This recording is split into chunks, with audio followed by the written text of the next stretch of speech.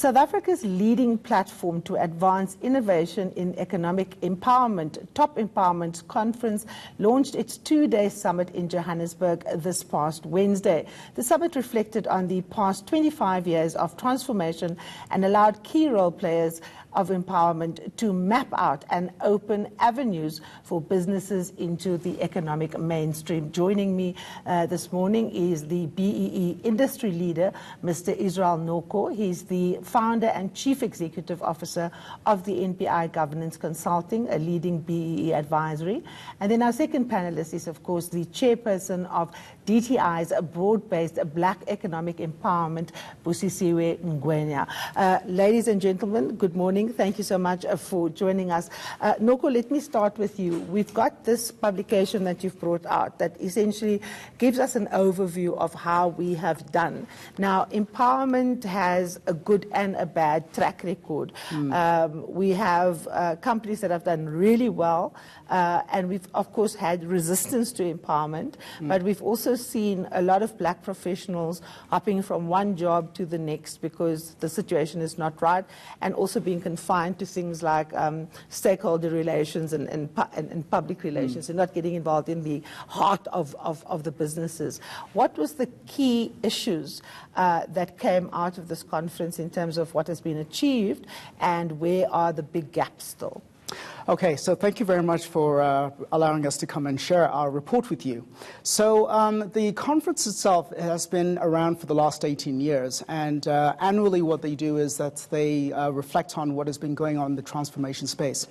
What makes this particular conference of interest is that we are reflecting on 25 years of democracy, and of course we've had the BEE legislation since 2003. So the report highlights basically what has happened in the 4 waves of transformation. The first wave was basically a period of nation building.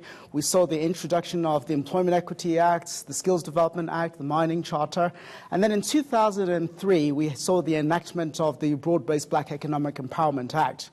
Fast forward to 2007, we saw the gazetting of the broad-based codes of good practice, of course, where companies could then participate. And this is where we started to see BEE really coming into the forefront of the private sector, as well as government institutions and civil society.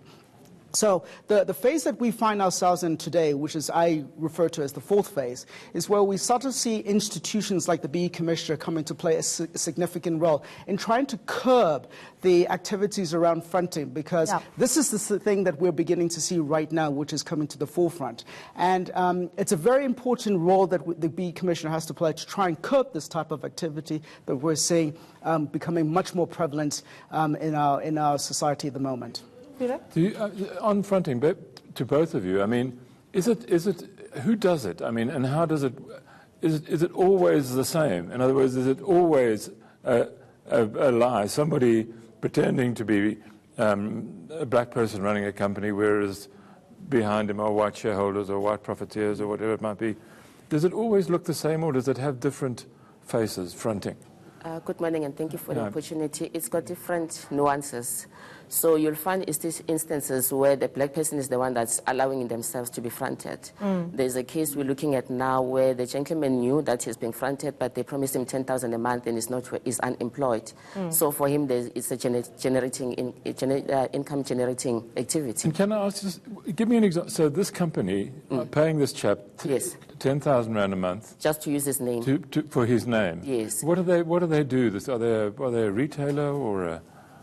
Without giving the company, no, I'm just interested to. It's one of the entities in the industry. So what they do is that they deal a lot with government, and if you can see some government entities that are putting a lot now on black empowerment to say we need to see the 30% procurement the 26% black ownership. So instead of going around and getting Israel, who knows more about running a business, and he'll want to participate. Then they go and look for somebody who's not going to give them problems. He's happy to just get the 10,000, which is kind of, and then you also get then the white corporate, which know exactly what they are doing when they get into these deals. For instance, we've got something called opportunistic intermediary. By that you mean that there's a company run by Peter. Peter realized that I'm no longer getting contracts or government work. So I'm going to ask Karima, because she's of the right color and also she's a woman. to then set herself up. So you'll be an employee, but then Peter will say, you know what, set a company up, let it be 100% black owned, but you still the one that's running everything behind the scenes.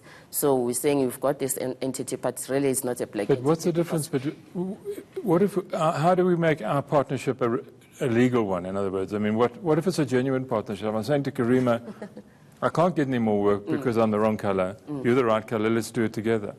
Is that fronting? When you're fronting Karima, because what you're looking at is to say, where are the benefits going to?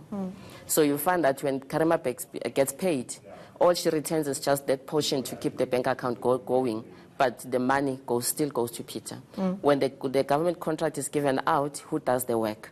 You find that Karima does not even have the experience to do that particular work, so all the work will still be done by Peter. So those are the nuances that we'll be looking at to say, is this a genuine sale of an entity, or is Peter using Karima but is it a lack of skills is it a lack of skills that causes fronting then, or? No. In fact, in this instance, you're actually looking for somebody who's not going to be doing anything. Okay. Yes. So as a practitioner, I mean, one of the things that we often see in the legislation is that there's a lot of gray areas. There's a lot of areas that are silent. So this is where, lawyers and practitioners have identified where those gaps are, and they actually structure the arrangements or the agreements in such a way that they can take advantage of those silent areas, so that ultimately when they get presented to verification agencies, because the legislation is silent on those issues, there is no legal mechanism to call it out as fronting. So let's talk about what those gaps are, right?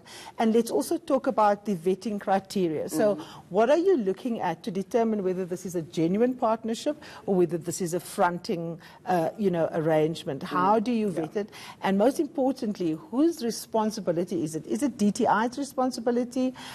Is it some other company's responsibility? Let's start with you, Busi. It's everybody's responsibility. Because as an entity, when you're doing something, you need to be asking yourself, am I doing this for empowerment, or am I doing it so that I can get something back, but without doing anything for empowerment? And then as a verifier, the verification manual tells them what are the indicators they need to be looking at when they are doing the verification. One thing we have seen, for instance, is that it requires them to interview the black person. So when they issue a certificate, the question is, did they go and verify and even talk to you as Karima? Now, back to your question, Peter, to say, when the verification process comes, do they come to Karima and ask the relevant questions to say, we see you have your own entity. Are you doing 1, 2, 3? For instance, you are 26% black shareholder in Peter's company.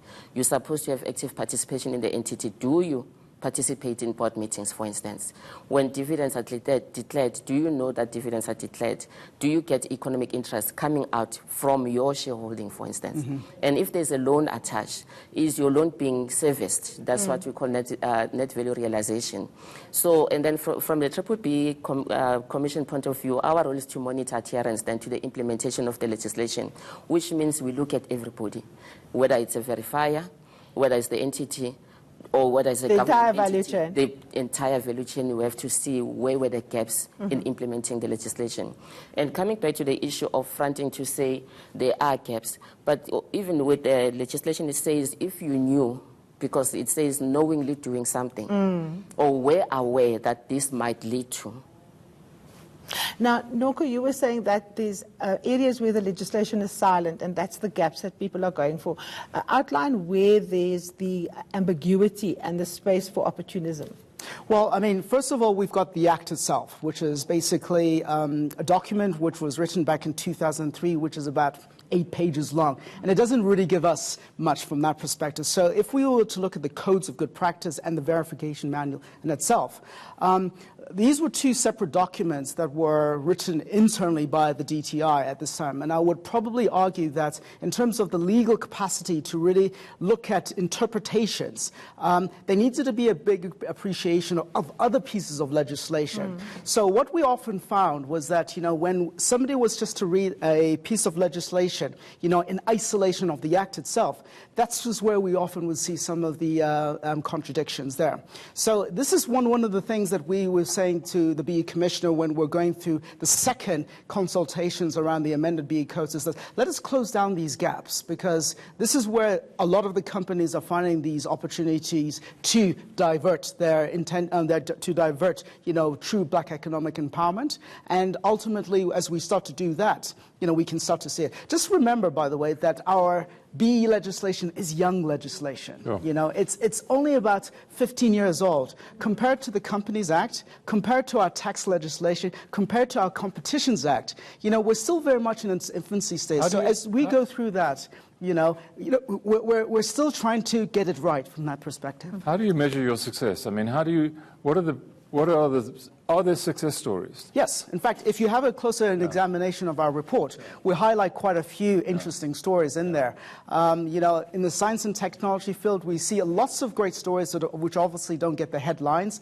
We see a lot of good institutions, like Why Harambe. don't they get headlines? Why is it obvious that they don't? Well, I think it's primarily... I mean, I'm not sure if you're aware, we had an annual conference now in March. Yes. And one of the things that we do is that companies have to register measure BBBEE transactions. That's transactions that are at 25 million and above. And we assess those transactions, start to check alignment. And one of the entities, we wrote to them and said, these are the concerns that we have, especially on your trust. And they amended their trust and the little issues that we had with their shareholders agreement. And we recognized them to say, this is the first company that we wrote to say, these are the concerns we are picking up. Can we then fix them? Yeah. And they got an award for doing that. So there are some successes that we are seeing. Yes. One of the things that I want to ask is, it's one thing giving someone equity. It's another when the person is actually really involved in the business. Yes. And the initial phases was about equity. And that is why a lot of people will say to you, what does Cyril Ramaphosa know about business? He was just given a stake in the company. A few years ago, Tokyo Sexwale gave a number of people shares in companies, journalists included for that matter. I mean, what is the criteria that you use for empowerment? How do you understand what empowerment is, Noko? Well, in actual fact, empowerment is more than just about ownership. In fact, if you're only focusing on just ownership, then it becomes narrow-based, BEE.